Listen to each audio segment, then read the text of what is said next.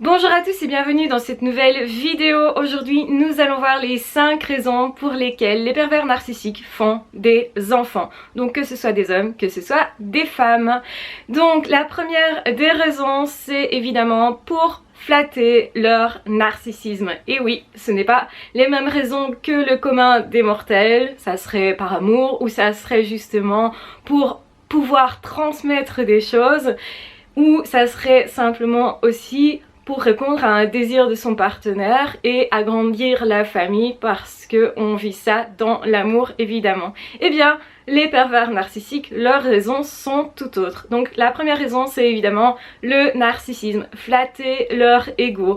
Donc c'est-à-dire aussi mettre en évidence les apparences. Donc c'est-à-dire que souvent ils vont vouloir avoir un partenaire ou une partenaire qui physiquement est jolie ou jolie et en plus avoir de beaux enfants, des enfants qui vont réussir, qui vont les flatter dans leur ego, c'est-à-dire qu'on peut mettre en lumière, regarde comme mes enfants sont brillants et quelque part c'est grâce à moi.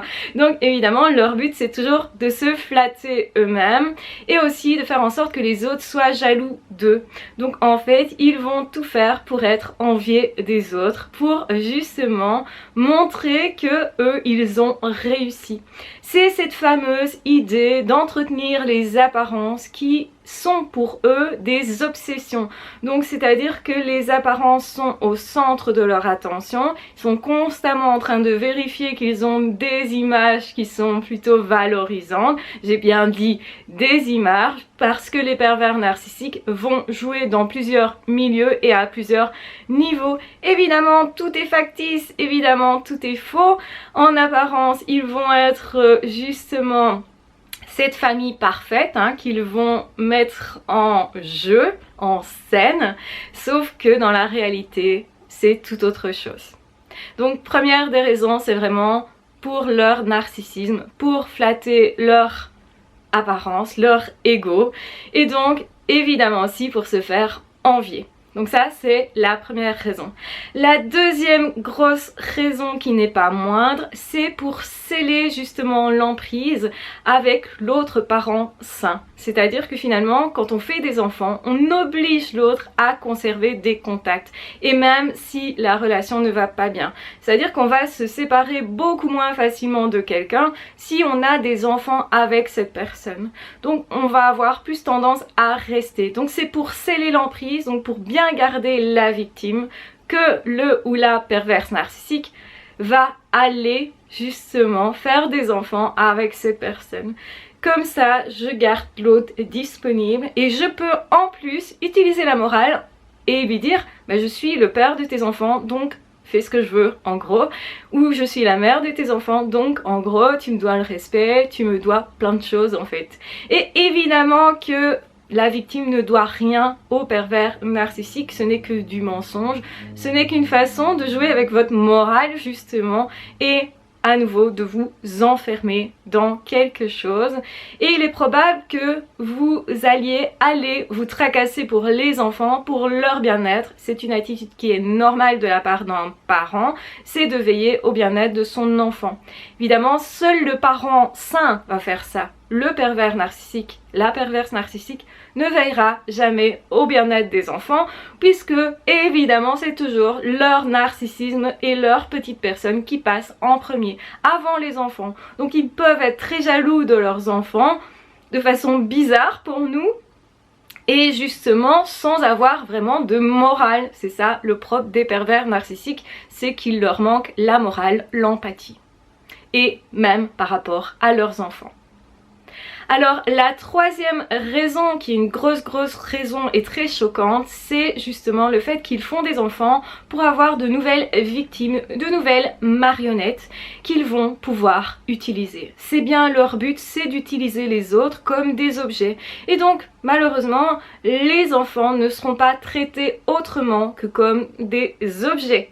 Donc c'est-à-dire qu'ils vont utiliser les enfants pour utiliser les autres aussi, donc ils vont passer par leurs enfants pour manipuler les autres et en premier évidemment l'autre parent, donc le parent sain, qui va être beaucoup manipulé par le biais de ses enfants, mais ça peut être aussi manipuler la famille, les grands-parents, les frères et les sœurs, donc les faire se manipuler entre eux et créer la zizanie.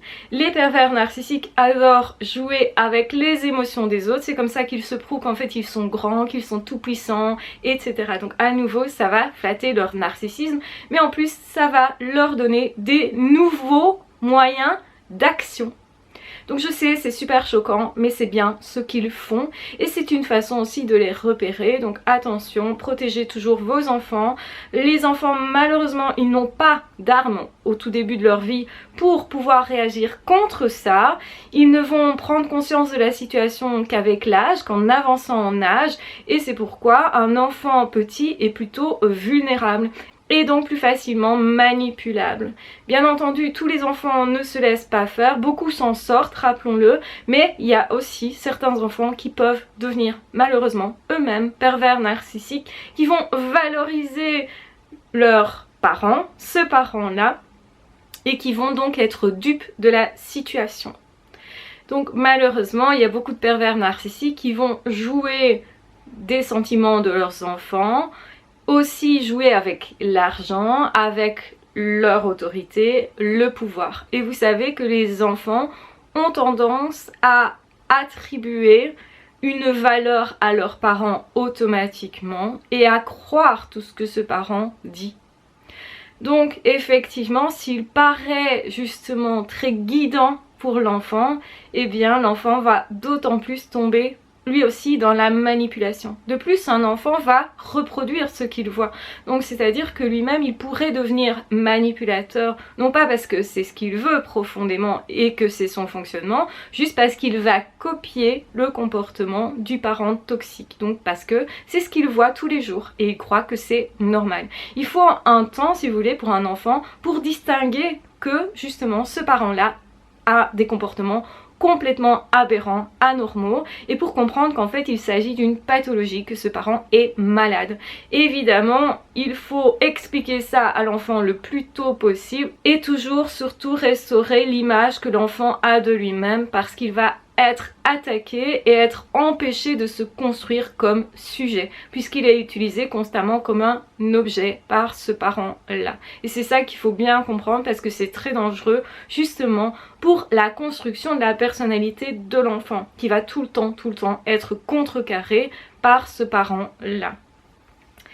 Donc, si vous êtes un parent sain et que vous avez un conjoint, une conjointe perverse narcissique, attention à vos enfants, essayez de les séparer au plus tôt de la personne toxique. C'est vraiment quelque chose qui doit être au centre de votre attention parce que tant qu'on ne prend pas conscience de la situation, malheureusement on protège très mal ses propres enfants sans que ça soit de votre faute malheureusement, mais ça veut dire qu'il y a des conséquences. Donc attention, attention, attention à ça, c'est super important. La quatrième raison pour laquelle les pervers narcissiques font des enfants, c'est que ça leur permet de paraître normal, de paraître sain, de paraître vraiment être une personne qui est tout à fait dans la norme. Vous allez le remarquer constamment, ils vont toujours essayer de mettre en lumière ce qui paraît être cool pour la norme, ce qui est le plus acceptable. Ce ne sont pas des personnes qui vont donc vraiment se mettre à côté de la société. C'est des personnes qui vont veiller à être intégrées dans la société. Et plus vous êtes intégré dans la société, et plus vous paraissez justement normal, et moins on va vous soupçonner d'avoir une pathologie. C'est ce qu'ils font, c'est que la perversion narcissique, elle paraît tellement normale. Et c'est ça qui est compliqué pour la victime ou les victimes de se défendre. C'est vraiment que pour trouver du soutien à l'extérieur, il faut qu'il y ait des personnes à l'extérieur qui voient ce dont il s'agit, qui voient la vraie situation dans laquelle vous êtes. Or, la plupart des gens à l'extérieur ne voient pas vraiment ce qui en est réellement.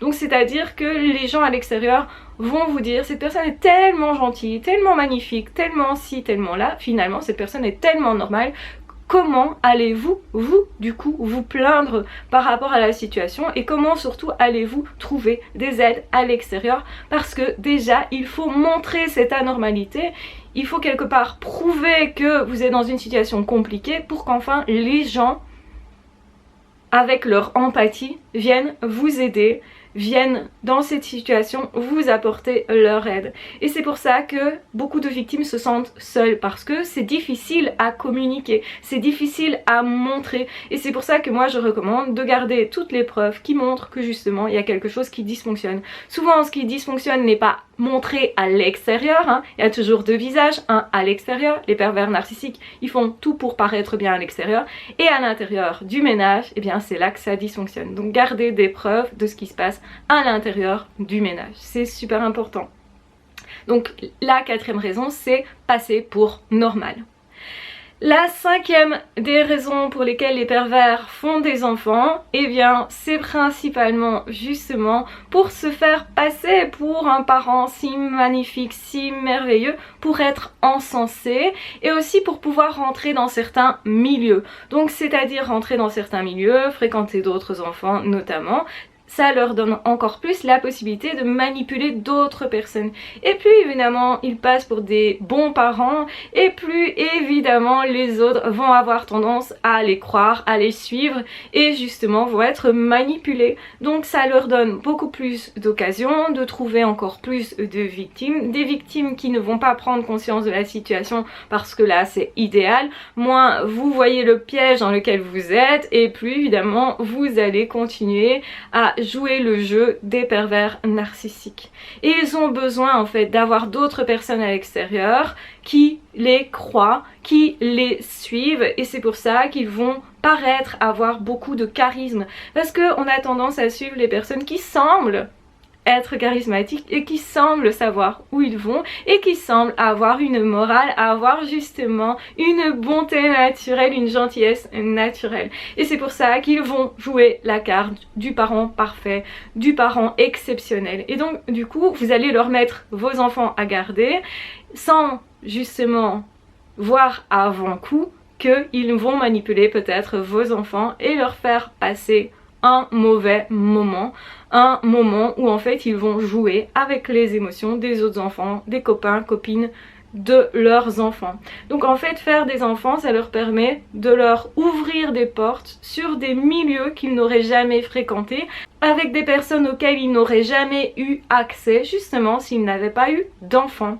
Et comme justement ils paraissent tellement être des parents parfaits, prendre tellement soin de leurs enfants, eh bien on aura tendance, nous, à leur confier nos enfants, à leur confier nos animaux, à leur confier peut-être même de l'argent, à prendre soin d'eux, à venir en aide s'ils se plaignent de quelque chose, et vous comprenez tout le mécanisme de la manipulation. Donc voilà les 5 raisons. Vous avez écouté la vidéo, vous avez même vu qu'il y avait une 6e que j'ai glissée dans la 5e raison. Donc voilà pourquoi les pervers narcissiques veulent avoir des enfants.